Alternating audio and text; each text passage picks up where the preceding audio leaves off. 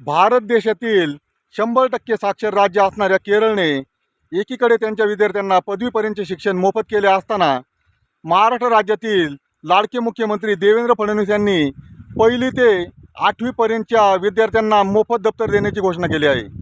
ही घोषणा करून त्यांना त्यातच धन्यता वाटत आहे।